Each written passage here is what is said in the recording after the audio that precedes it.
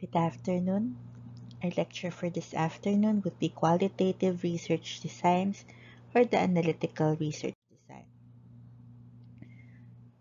So for qualitative paradigms, we have the naturalistic paradigm. It's a soft science, focus is usually broad, it's holistic, subjective, reasoning that is used is dialectic and inductive. It's the basis of knowing, meaning we look at meaning and discovery, and it is usually shared interpretation of communication and observation, and basic element of analysis is the use of words. It is subject to individual interpretations and thereby unique. The logic of qualitative research is based on holistic view and following beliefs. So there is no single reality, and reality is based on perceptions. It is different for each person, which changes over time. And what we know has meaning only within a given situation or context. The reasoning process in qualitative research involves perceptually putting pieces together to make wholes. So this is the concept of Gestalt, and this concept is closely related to holism and purposes that a particular phenomenon is organized into a cluster of linked ideas. This advantage of which is to understand a phenomenon through the interpretation of a particular theory. So how do you experience Gestalt change? First, we deconstruct your original sedimented views. Then you reconstruct another view, then focus on that viewpoint or looking at something differently. This is to increase openness.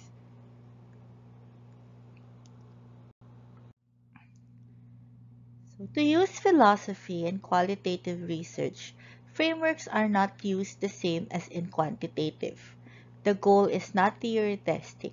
So each study should be guided by a particular philosophical stance. So these philosophical stance assists to direct the questions that are asked, the observations which are made, and the interpretation of data. So design of qualitative studies are usually specified design before data collection. They adhere to the design after study started, and the study design evolves over time. So researcher decisions include how to obtain, from whom to collect, and how to schedule, and how long. So examples of designs of qualitative research. So there's an emergent design, a design that emerges as the researcher makes ongoing decisions reflecting what has already been learned. So according to Lincoln and Cuba, it's not researcher laziness or sloppiness, but rather desire to base inquiry on realities and viewpoints of those under study. So realities and viewpoints that are not known or understood at the onset.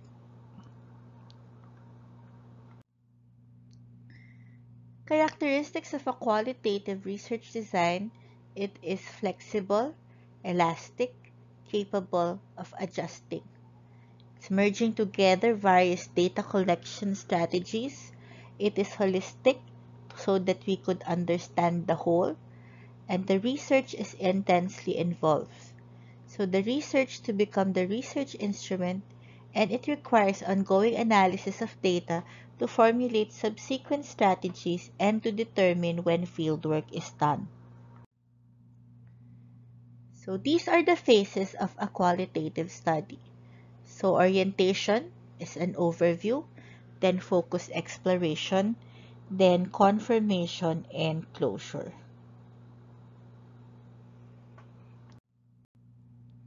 Control over the independent variable. It has also design features that features type of group comparisons. It has a number of data collection points and occurrence of the independent and dependent variables.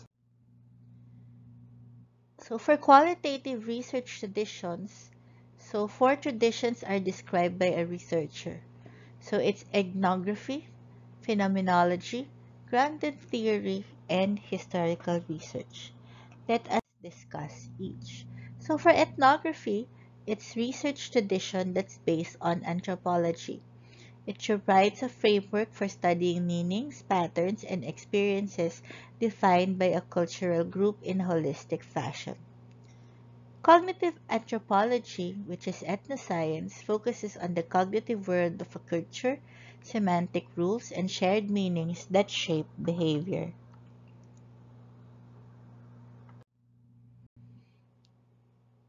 So, for example, the focus is the culture of a group of people. Assumption is every human group evolves a culture that guides members' view of the world and the way they structure their experiences.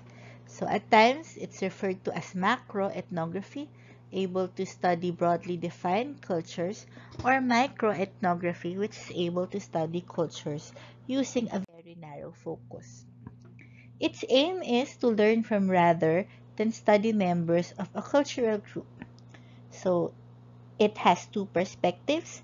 It is emic, an insider's view, the way the members of a culture envision their world, or ethic, an outside's interpretation of the experiences of that culture, so as to strive to get at cultural experiences that members do not talk about or may not even be consciously aware.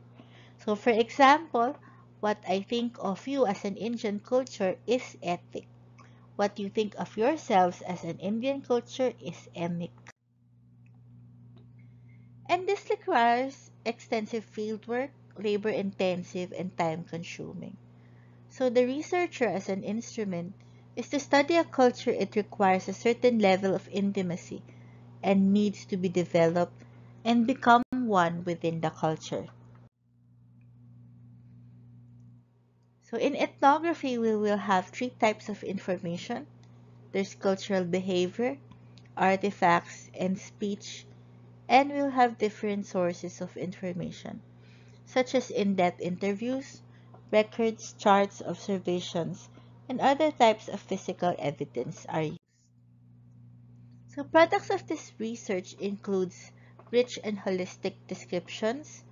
We describe normative behavior and social patterns, information about health beliefs and health practices, facilitates an understanding of behaviors affecting health and illness, such that ethno-nursing research is the study and analysis of local or indigenous people's viewpoints, beliefs, and practices about nursing care behavior and process of designated cultures. On the other hand, phenomenology is both philosophy and research method. Purpose of this research method is to describe experiences as they are lived to capture the lived experience. This is developed by Husserl and Heidegger, an approach to thinking about people's life experiences. So using the philosophical orientation, we view the person as integral with the environment. World is shaped by the self and also shapes the self, and the person is a self within a body. So our bodies provide the possibility for the concrete actions of self in the world. So the body, the world, and the concerns are unique to each person, are the context within which that person can be understood. So a researcher of phenomenology often asks this question. So what is the essence of this phenomena as experienced by these people, and what does it mean? So there's an essence, that is the essential variant structure, and would usually include investigate subjective phenomena and believe the truths about reality are grounded in people's lived experiences. So there are two schools of thought. So there's descriptive phenomenology or interpretive phenomenology. So there are four aspects. There's spatiality, corporeality, temporality, and relationality. Data sources are usually in-depth conversations. Researcher helps the participant to describe lived experiences without leading the discussion. Two or more interviews, conversations are needed. Usually there are a small number of participants and may use participation, observation, and introspective reflection. methodological interpretations used are either bracketing or intuition. So, philosophical orientation of a grounded theory would be based on symbolic interaction theory. It explores how people define reality and how their beliefs are related to their actions. Meaning is expressed through symbols such as words, religious objects, and clothing. Those symbolic meanings are different for each of us. So in social life, meanings are shared by groups, socialization process, and group life is based on consensus and shared meanings. This is an approach to study the social processes and social structures, focus of which is the evolution of a social experience, the social and psychological stages that characterize a particular event of process. Methodology, it does not begin with a focused research question, rather the question emerges from the data. So the fundamental structure feature is the data collection or the data analysis or the sampling of participants occurs simultaneously, and this procedure is referred to as constant comparison. This is used to develop and refine theoretically relevant categories and to identify the basic problem. Categories that are elicited from the data are constantly compared with data obtained earlier so that commonalities and variations can be determined. Categories can then be condensed and collapsed. Data sources used in the grounded theory would be in-depth interviews, observational methods, existing documents. They usually do a sample of 25 to 50 informants. It has contributed to the development of middle-range theories. Historical research, historiography examines events of the past. So historians believe the greatest value of historical knowledge is an increased self-understanding. So this is a very old science, and primary question is where we come from, who are we, and where are we going. So myths, past, present, and future are sometimes used and not distinguishable from reality. So myths are a form of storytelling. But history moves beyond the myth. So chronicling events, dates, victories, and stories about people and civilizations, and comparing histories and identifying patterns. Aim of which is to discover new knowledge, to seek to answer questions concerning cause, effects, and trends relating to past events, and to shed light on present behaviors and practices. Assumptions, there's nothing new under the sun and one can learn from the past. Example of which, the Great Pandemic in 1918 showed that we're just repeating some mistakes that we've already done a century ago. So for sampling in qualitative research, it's usually small, non-random samples, concern of which is measure attributes and relationships in a population. So we have to have a representative sample. So to discover meaning, uncover multiple realities, therefore generalization is not a guiding criteria. So as we will study later, in the later lectures, types of sampling, convenience, snowball, theoretical, purposeful, simple random sampling are just sampling methods that we could use in qualitative research. So to compute the sample size, so no firm establishment of criteria or rules for sample size in analytic as to or descriptive should be determined on the basis of informational needs. And it's largely a function of the purpose of the inquiry, the quality of the informants, and the type of sampling strategy used. So the guiding principle is that of data saturation so that you sample to the point at which no new information is obtained and redundancy is achieved. So for the sampling plan, so evaluate the sampling plan based on the following: if it's adequate and if it's appropriate. So we need to address validity and reliability and if the measures used by the researcher yields data reflecting the truth. So we have four criteria to assess qualitative data. So credibility, dependability, confirmability, and transferability. Credibility refers to confidence in the truth of the data.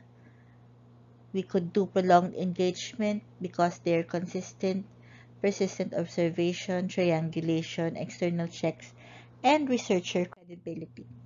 Dependability refers to data stability over time and over conditions. So it could be stepwise replication or an inquiry audit. Confirmability refers to the objectivity or neutrality of the data, and what does that mean? And transferability refers to the extent to which the findings from the data can be transferred to other settings or groups, which is similar to the concept of generalizability. Thank you for listening to this lecture on descriptive analysis as a study design. Subscribe to our channel for more lectures on preventive medicine and community health too.